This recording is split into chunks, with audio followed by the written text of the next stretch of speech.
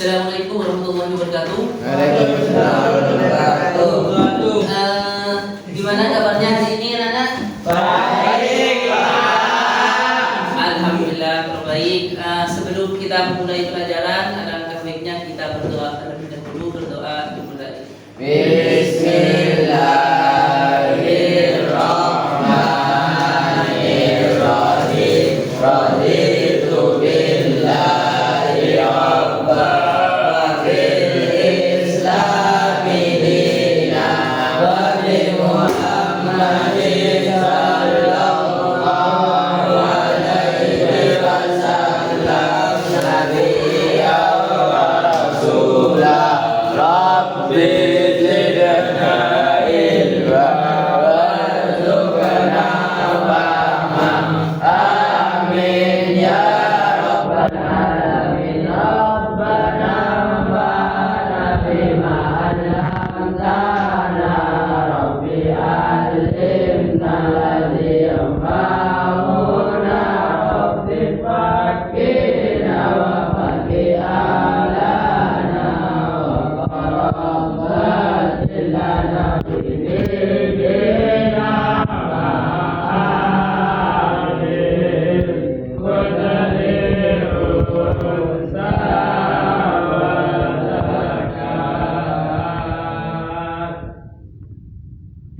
Ada yang tidak masuk? Alhamdulillah untuk semua berpisah semua ya. Semuanya kita ke laptop ya. Sekarang pelajarannya adalah KA gitu. Untuk materinya berpikir komputasional. Berpikir komputasional. Apa sih berpikir komputasional itu? Nah, kita akan lihat sebuah video tentang berpikir komputasional. Silahkan lihat.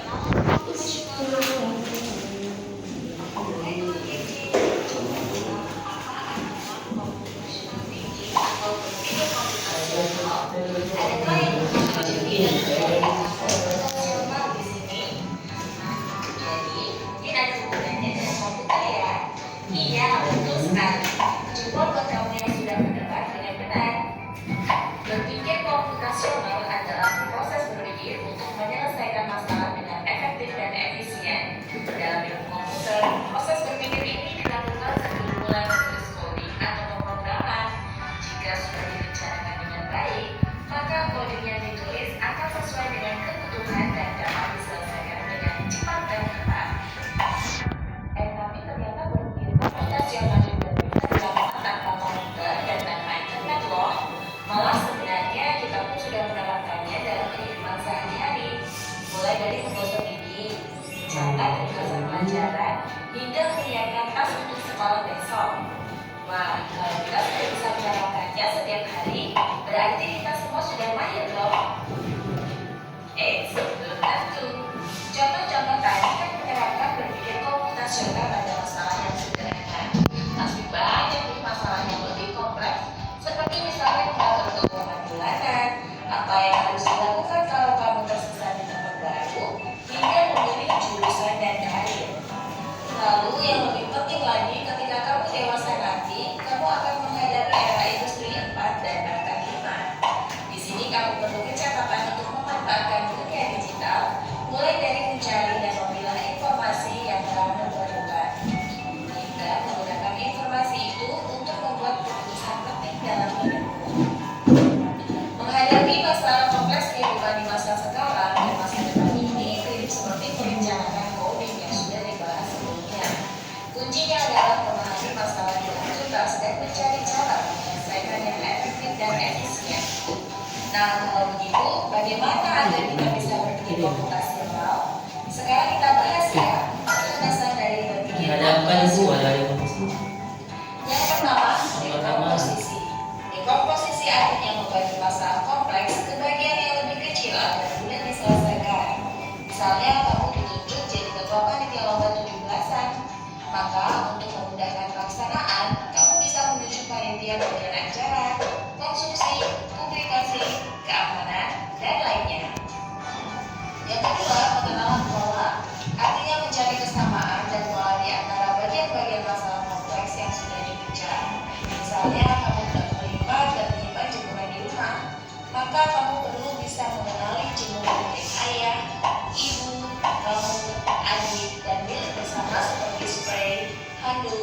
lainnya.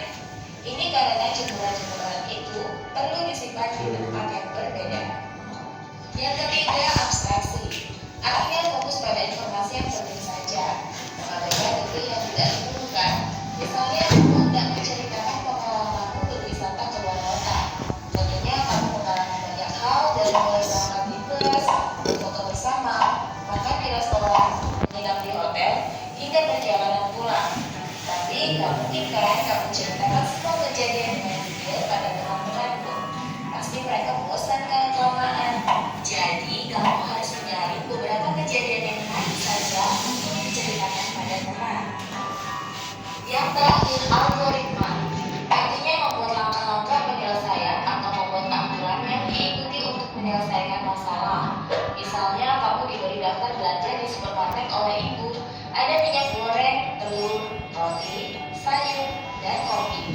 Lalu kamu harus buru-buru karena ibu sudah mau memasak dengan minyak goreng itu.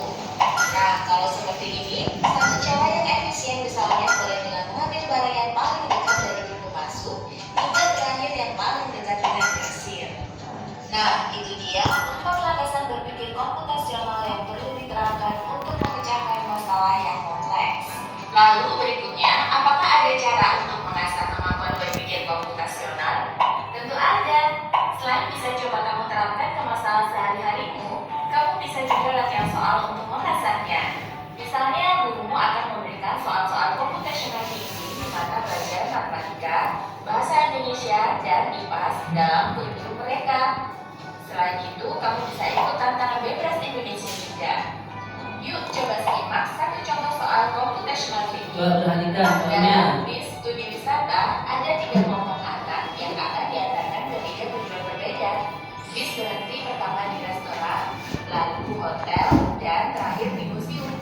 Hanya ada satu tempat penyimpanan koper di samping bis yang hanya bisa dibuka dari satu pintu. Sopir bis ingin mengatur koper-koper penumpang hingga mudah dikeluarkan.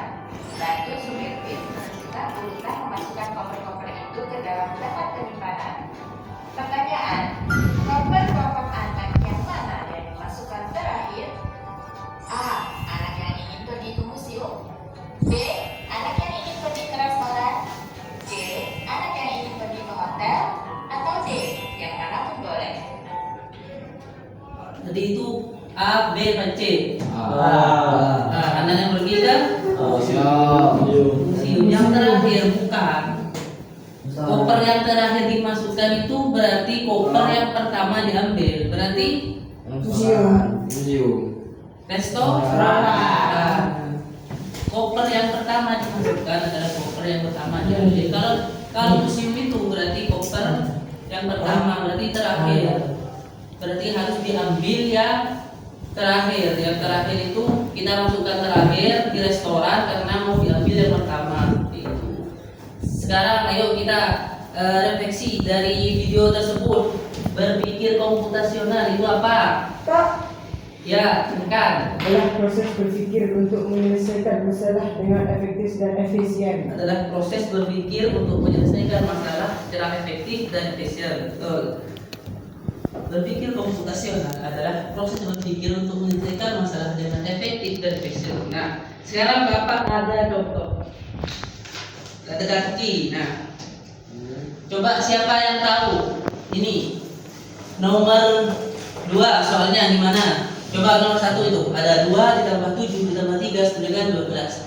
Di nomor 2 berapa? 14, Pak. Anjungkan Pak, tangan. 14. 11. Ayo dari ini berapa? 8. 8 ditambah 5. 5 ditambah 1. Hasilnya 14. Betul. Selanjutnya soal nomor 3. 14. Anjungkan tangan. 22. Berapa? 18. Ini 9 24 9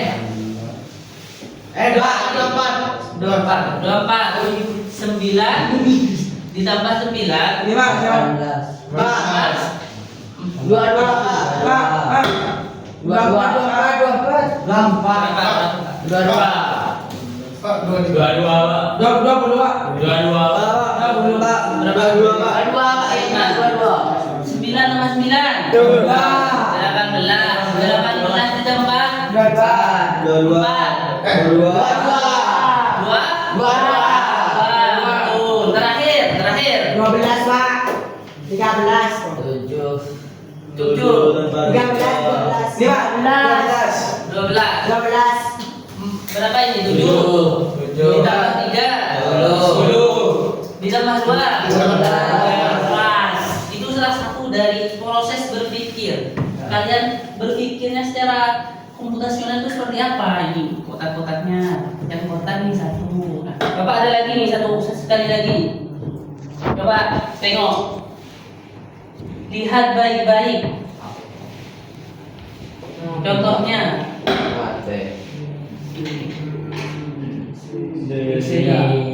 Coba yang ini. Siapa yang jawab? Desa. Yang ini Pak D, betul. Yang ini E. Yang ini S, ya betul. Desa. Selanjutnya Pada. pada. Ini P, betul. Da, ya betul. Selanjutnya coba. Sapi. Ya betul. S A B I. Yang ini rasa. Selanjutnya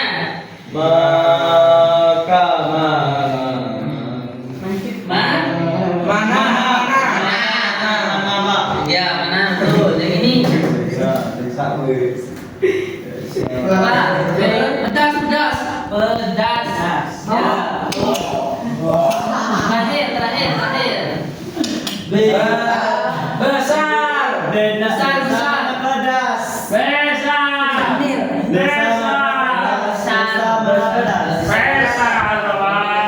Terakhir. Berpikirnya itu udah pintar berarti. Terima kasih. Selanjutnya, setelah Terima kasih, Pak. kalian tahu berpikir rotasional itu kita coba cek. Kalian tahu nggak macam-macamnya tadi? Ada Pak. apa? Tahu, Pak.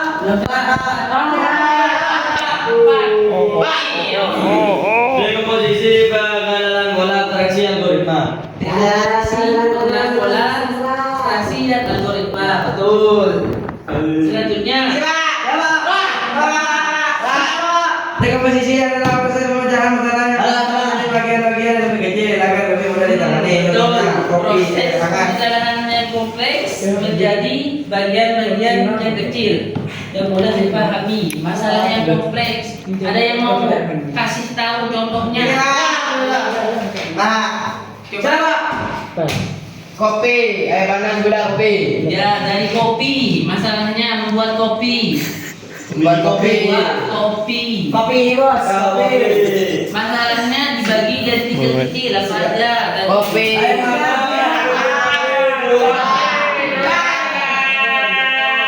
Sekarang Bapak coba nih.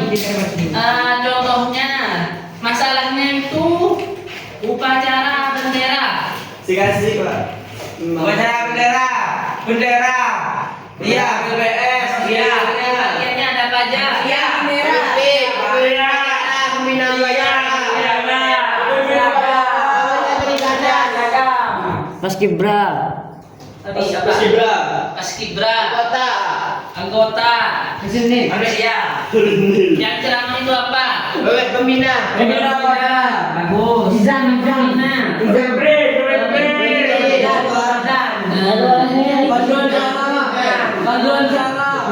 Bantuan masuk dari bagi masalah menjadi bagian-bagian yang kecil. Berarti CO2 apa tahu? Ayo, CO2. Ini Pak. Pengenalan bola, ayo siapa? CO2. Selempuk. Pengenalan bola. Pengenalan bola merupakan tahap Ini Pak Jasir. bola dan kesamaan dalam melihat data atau masalah. Melihat data atau masalah contohnya. Itu Pak, bolanya terancam. Kalian cari bolanya yang benar seperti apa? Merah, Kuning sama merah. dibagi jadi 5. Polanya. Jadi luruskan. Contohnya lagi dari angka 2, 7, 9, 14, 16. Nah, 21. setelah 16. 21. Setelah 1. 25. 26. 26. Berapa? 2, 9, 16. 27. Terus 27. 2 ke 9 naik 7, 9 ke 16 naik 7. 16 naik 7 berapa? 27. 9 tambah 7. 24. 2, 25. 3. Selanjutnya yang ini. Yang ini. Ada JDP CPD. Ayo A, F, D, I, G. N. Setelah N.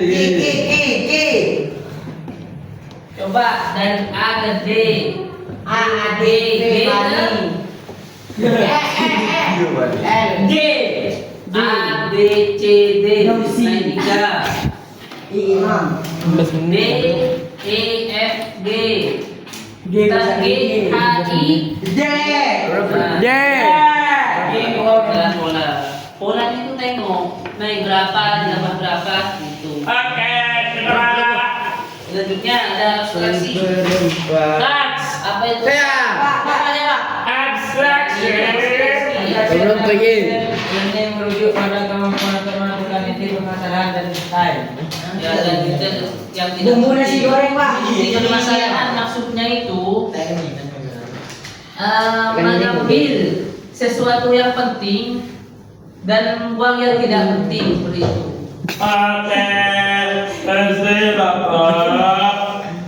Ayo contohnya apa saja Apa saja bumbu nasi goreng? Cabai,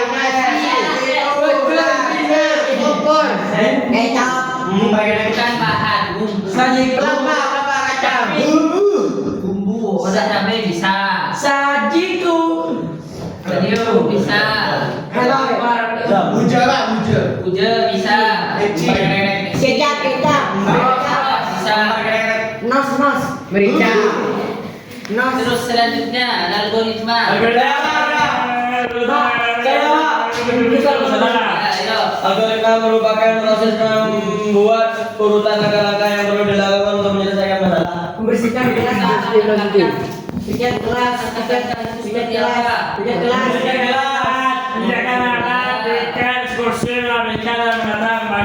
Ya, betul. Contohnya yang kelas. Lagi ada lagi yang isinya Membersihkan kamar, mengambil sapu-sapu terus disabui, mengalir nasi, membuka obeng dan jendela, ya terus dipel dan beri parfum. kasurnya nggak dirapiin. Rapiin dulu semua barang-barang yang ada di kamar.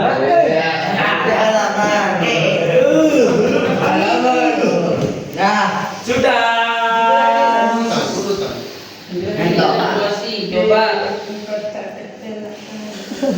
Nah, dalam nasi goreng ini coba mana tadi buat dekomposisi, Malaman. buat pengenalan pola, buat apa namanya tadi? Abstraksi sama itu langkah-langkahnya. Atau buat langkah-langkahnya dalam membuat nasi goreng. Coba ayo buat nasi goreng. Coba buat nasi goreng. Buat nasi goreng. Langkah-langkah algoritma tadi kan langkah-langkah kan? Ya, algoritma. 26 sekarang 26. Langkah-langkah membuat nasi goreng. Yuk. Gimana? Coba. Permasalahannya itu nasi goreng. Caranya, langkah-langkahnya ini apa?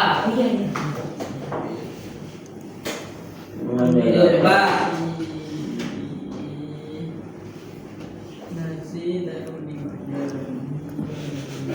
Iya, sekreatif kali ya. Pokoknya sampai nasi goreng itu ada di piring dan siap dimakan. Pesan. Ya, semuanya juga kan membuat nasi goreng. Kompor. Sekreatif kalian, yuk. Mana cara membuat nasi goreng yang benar? Bunda cucu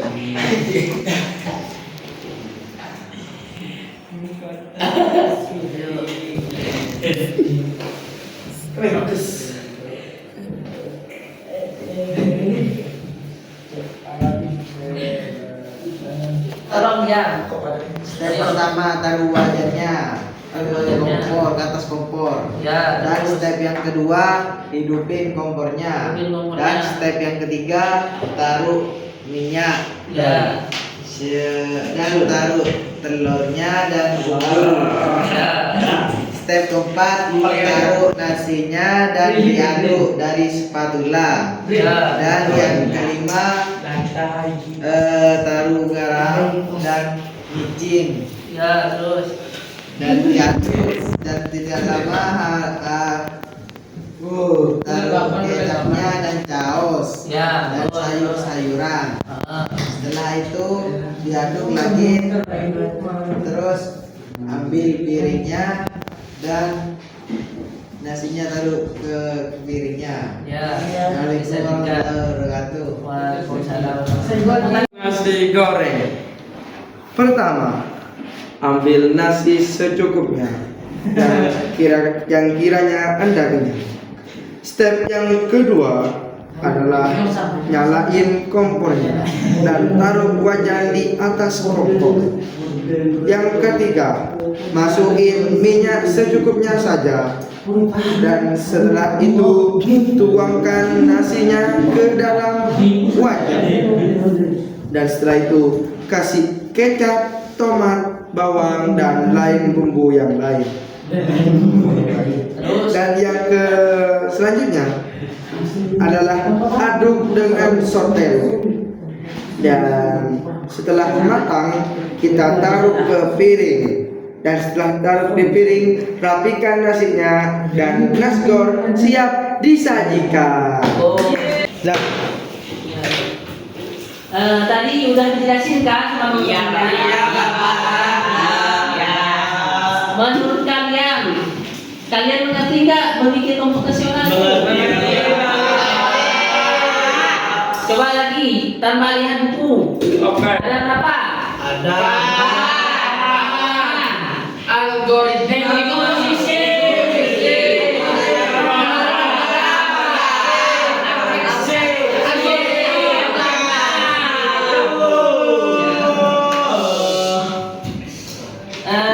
mungkin untuk pertemuan kali ini cukup sampai di sini saja. Saya rasa kalian sudah mengerti tentang berpikir komputasional itu sudah mengerjakan soalnya juga sudah banyak yang benar gitu. Mungkin cukup itu saja dari Bapak. Silahkan berdoa.